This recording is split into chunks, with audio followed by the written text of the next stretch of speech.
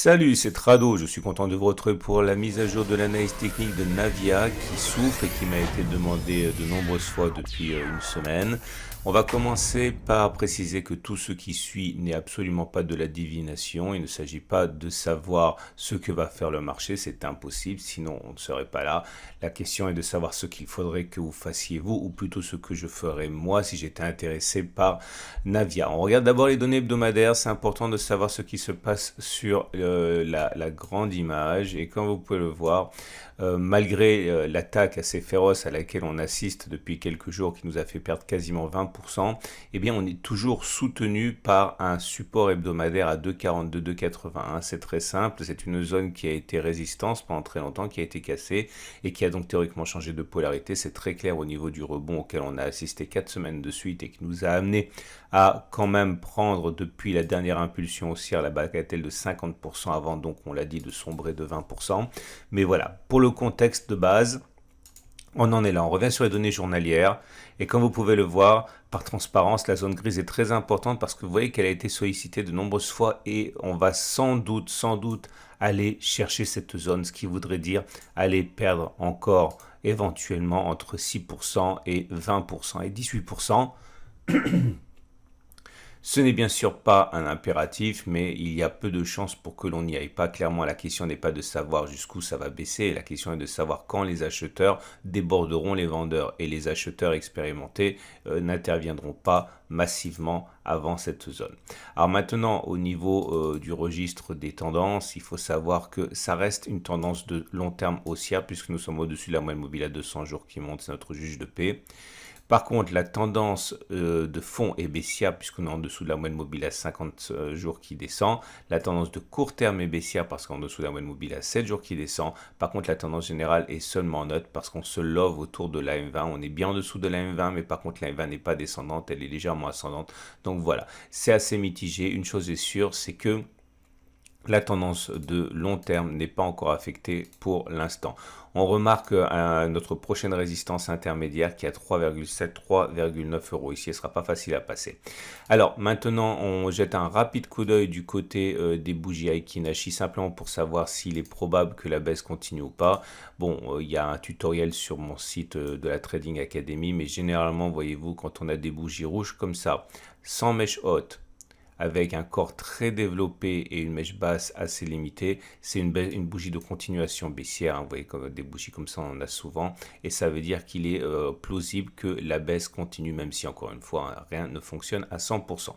Alors, en imaginant à présent que vous désiriez acheter Navia pour des raisons qui vous concernent. Comment peut-on procéder? Il y a plusieurs façons de faire, tout en sachant que 1, ce n'est pas un conseil, 2, l'avenir est par définition incertain.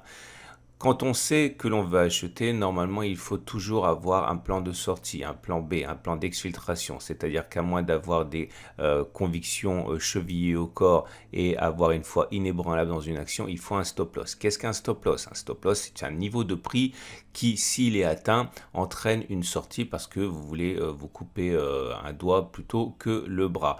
Généralement, les analystes expérimentés mettent les stop loss en dessous des supports. Comme vous pouvez le voir, ça implique un stop loss assez large. Ça veut dire quoi? Ça veut dire que si vous mettez votre stop loss sous le support, il faut envisager de perdre 26, 28, même 30% pour prévoir large. Okay, c'est une stratégie qui a fonctionné ici et également ici.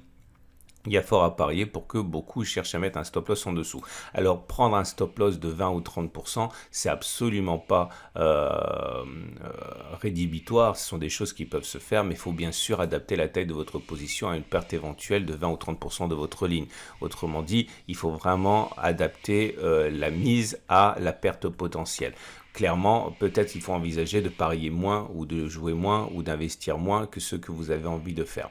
Alors, une autre chose, c'est que lorsque l'on accepte d'avoir une baisse de 20, 25, 30% sur sa ligne, il faut que le ratio gain-risque soit intéressant. C'est-à-dire qu'en partant du principe que si vous débutez, vous aurez raison une fois sur deux, il faut que vous gagnez plus quand vous avez raison, que vous ne perdez quand vous avez tort.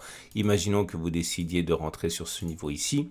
Eh bien, vous avez la possibilité, si vous mettez votre stop loss, mettons mettons, à ce niveau de 23% de perte, eh bien, il faut que votre objectif de gain, c'est-à-dire ce que vous espérez gagner, soit moins de 23%. Et vous voyez que si vous visez par un retour sur la résistance, puisqu'il n'y aurait pas de grandes difficultés entre le point d'achat et la résistance intermédiaire des 3,7, vous avez un ratio gain-risque super à 1, puisque vous pourrez gagner 33% en risquant 21%. Donc c'est un ratio gain-risque qui est intéressant.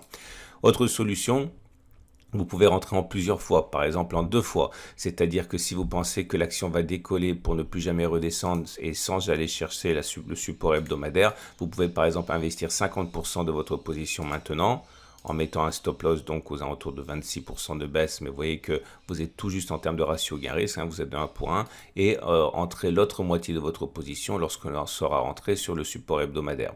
Vous pouvez même rentrer en 3 fois, c'est-à-dire une fois tout de suite, une fois lorsque l'on s'enfoncera dans le support hebdomadaire pour baisser votre prix de revient unitaire et avoir un stop loss encore plus limité et avoir un ratio gain-risque encore plus affluent. Bref, beaucoup de scénarios sont envisageables. Par contre, il faut faire les choses intelligemment. Il faut faire les choses de manière rationnelle, pas les faire de manière incantatoire et émotive.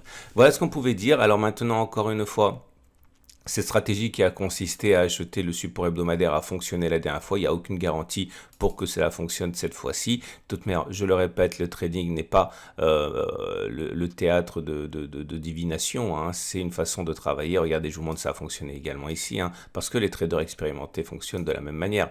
Voyez, si vous aviez acheté sur cette ancienne support, cette ancienne résistance devenue support, en mettant votre stop loss en dessous, par exemple à 10-11%, et que vous visiez le retour sur la résistance ici, pardon, qui n'existait pas encore, mais enfin sur cette zone globale de précédent sommet, vous voyez, vous pouviez avoir au moins un ratio gain-risque de 1 pour 2. Hein. Bon, voilà, c'en est terminé de l'analyse technique. Je vous invite, si vous avez aimé ce format, à envisager de vous abonner à ma chaîne YouTube ou à mon fil Twitter ou à mon compte Facebook ou à me suivre sur Boursorama. Je produis des analyses tous les jours et je vous souhaite une excellente journée et à très vite pour une autre analyse technique.